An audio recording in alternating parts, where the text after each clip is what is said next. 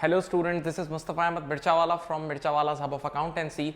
और काफ़ी लोग मुझे कह रहे हैं, मैसेजेस आ रहे हैं कि F6 से रिलेटेड आप एग्जाम टेक्निक्स पे कुछ बात करें, उसकी प्रिपरेशन से रिलेटेड। तो पहले तो मैं बता दूं कि F6 मेरा सबसे पुराना पेपर है, यानी मैं F7 बाद में पढ़ाना शुरू किया था, SBR बाद में, F6 उससे ही पहले। तो एक बहुत बड़ा एक्सपीरियंस है और कई सालों से अल्हम्दुलिल्लाह बच्चों को मैंने पास होते हुए देखा है, एक जर्नी देखा है और बहुत सारे लोगों को गाइड भी किया है इससे रिलेटेड। तो मैं वो सारे पॉइंट्स आपके साथ शेयर करता हूँ। पहली चीज तो ये जहन में बने कि F6 एक यादाश्त वाला पेपर है भाई, ये इसमें यादाश्त का बहुत बड़ा अमल दखल है। तो अब अपनी मेमोरी किस तरह इंप्रूव करें और चीज़ों को माइंड में कैसे बैठाएं। तो एक चीज़ हमेशा बोलता हूँ, मेंटेन एग्जाम फोल्डर।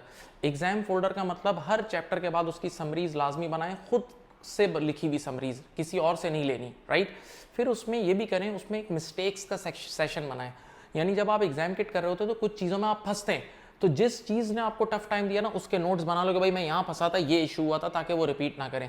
इसको ऐसा समझे, जब आप कुरान हिफ्स कर रहे होते हैं तो कुरान हिफ्स करते हुए कारी साहब जब आप कहीं गलती करते हो तो वो हाईलाइट कर देते हैं ना, ताकि जब आप बाद में पढ़ो तो उस चीज़ को 3-4 बार 10 बार पढ़ के उसको पक्का कर लो।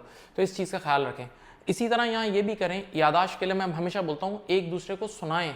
यानी आप एक ग्रुप बनाएं और सब एक दूसरे को सुनाएं, लेकिन ये याद रहे कि उसमें तफरियाँ और टाइम वेस्ट ना हो, क्योंकि अब ये लास्ट डेज है। जैसे हमारे टाइम पे मैं खुद इतना स्पेशल स्टाइल से अपने दोस्तों को सुनाता था, अब आपके पास ये टेक्नोलॉजी है कि आप ग्रुप कॉल कर सकते हैं, दोस्त सब मिलकर व्हाट्सएप कॉल कर रहे हैं और सब टक टक टक टक, जो सुना रहा है उसको भी याद हो जाएगा, जो सुन रहा है उसको भी याद हो जाएगा। इसी तरह F6 में एक फ्री के मार्क्स हैं। F6 की थ्योरी में कई बार बोलता हूँ डेट्स और पेनल्टीज से रिलेटेड है। तो वो आपकी किट के स्टार्टिंग में एक सेक्शन है, 3-4 पेजेस हैं जिसपे सारी डेट्स लिखी हुई हैं, उनको पक्का करें, उसको पक्का करें और उसको भी सुनाएं किसी को। अच्छा, यहाँ ये भी चीज़ का ख्याल रखें, वर्किंग सेक्शन सी से रिलेटेड। भाई सेक्शन सी में एग्जामिनर ने खुद लिखा है कि कुछ लोग बड़ी बड़ी वर्किंग्स भी खा जाते हैं, जैसे कैपिटल अलाउंस की वर्किंग एक बड़ी वर्किंग है भाई, उसको शो करना है। और कुछ लोग, अब ये एक एक्सट्रीम है, और एक एक्सट्रीम ये है कि कुछ लोग हर छोटी छोटी वर्किंग भी दिखाने के चक्कर में लगते हैं, तो अपना टाइम वेस्ट भी करते हैं, उनसे पेपर पूरा नहीं होता। तो अगर कोई छोटी वर्किंग है, सिर्फ टैक्स रेट मल्टीप्लाई करना है या कोई छोटा मोटा प्लस माइनस है, वो सेल के अंदर भी कर दें, उसकी इजाज़त है। इसी तरह कैलकुलेशन का एरर, यानी ये तो इस पर तो मैं हंसता हूँ कि इस टेक्नोलॉजी के टाइम में इतने बड़े बच्चे भी, एग्जामिनर कहता है कैलकुलेशन गलत करते हैं, ऐड लेस करने में गलती कर देते हैं यार।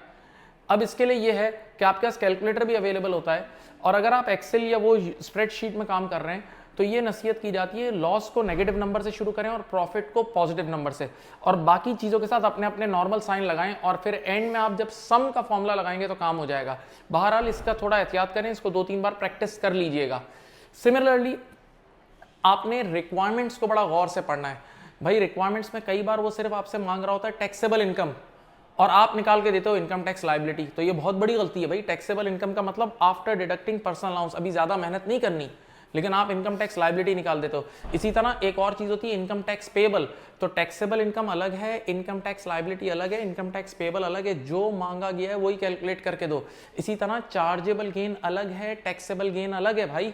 इसी तरह इनहेरिटेंस टैक्स में कभी कभार वो आपसे कहता है कि सिर्फ डेथ स्टेट पे IHT निकाल के दो, अब आपने पूरे IHT सारे नहीं निकाल के दे देना। इसी तरह कभी कभार बोलता है कि NRB डेथ स्टेट के लिए कितना अवेलेबल है, तो बस जितना पूछा जाए उतना जवाब आपने देना है। इसी तरह कुछ लोग इसमें भी गलती करते हैं कि बेसिस ऑफ असेसमेंट उनको याद नहीं होती। भाई प्रॉपर्टी इनकम की इंसानों के लिए बेसिस ऑफ असेसमेंट क्या है? कैश बेसिस, यानी पैसों का आना और जाना। इसी तरह गौर से सुनिएगा, प्रॉपर्टी इनकम कंपनीज के लिए एक्रूअल बेसिस है, इंटरेस्ट इनकम इंसानों के लिए कैश बेसिस और कंपनीज के लिए एक्रूअल बेसिस। तो इस चीज पे भी थोड़ी मेहनत करें, बल्कि मैं तो खुद इस पे नोट्स बना के भी बच्चों को देता हूं कि differences between individual tax and corporation tax. तो यानी वो इंसानों की चीजें कंपनीज में उठा के देता है, कंपनीज की चीजें वो आपको इंसानों में उठा के देता है, तो इस एरिया में वो खेल रहा होता है। इसी तरह छोटी छोटी गलतियों से परहेज करें, जैसे आपको NRB के बारे में निल रेट बैंड, डिविडेंड के ऊपर जो निल रेट बैंड है वो हर हाल में मिलेगा irrespective of your tax status. लेकिन हाँ, इंटरेस्ट, इंसानों पे जो इंटरेस्ट का NRB है वो इंसान के टैक्स स्टेटस के हिसाब से मिलता है, कि अगर बंदा बेसिक रेट बैंड है तो NRB इंटरेस्ट का अलग है, हायर रेट बैंड है तो अलग है, एडिशनल रेट बैंड है तो अलग है, यानी इस हिसाब से मिलता है। इस चीज का ख्याल रखें। इसी तरह और छोटी छोटी गलतियां, एग्जामिनर ने लिखा है कि कुछ लोग पे एज यू अर्न, पेई जो है ना वो सैलरी में से डिडक्ट कर देते हैं। नहीं भाई नहीं, पेई एंड में इनकम टैक्स लायबिलिटी से डिडक्ट होता है। छोटी बातें यार, बिल्कुल छोटी सी बातें। इसी तरह याद करने का एक और टेक्निक मैं बताता हूँ, मशहूर डायलॉग। भाई हर टीचर की अपनी टीचिंग टेक्निक होती है, कुछ मशहूर डायलॉग्स होते हैं, उसको जहन में रखें। जैसे मैं जब पढ़ा रहा होता हूँ ना, तो मुझे स्टूडेंट्स कई बार बोलते भी, हम पेपर देते हुए आपके मशहूर डायलॉग हमारे जहन में पॉपअप होते हैं। जैसे मैं जब पढ़ा रहा होता हूँ तो मैं ये रेलेवेंट अर्निंग्स जो पेंशन में है तो मैं उसके लिए जोर जोर से बोलता हूँ मेहनत की कमाई, मेहनत की कमाई, मेहनत की कमाई, ये जहन में बिठाने वाली बात है।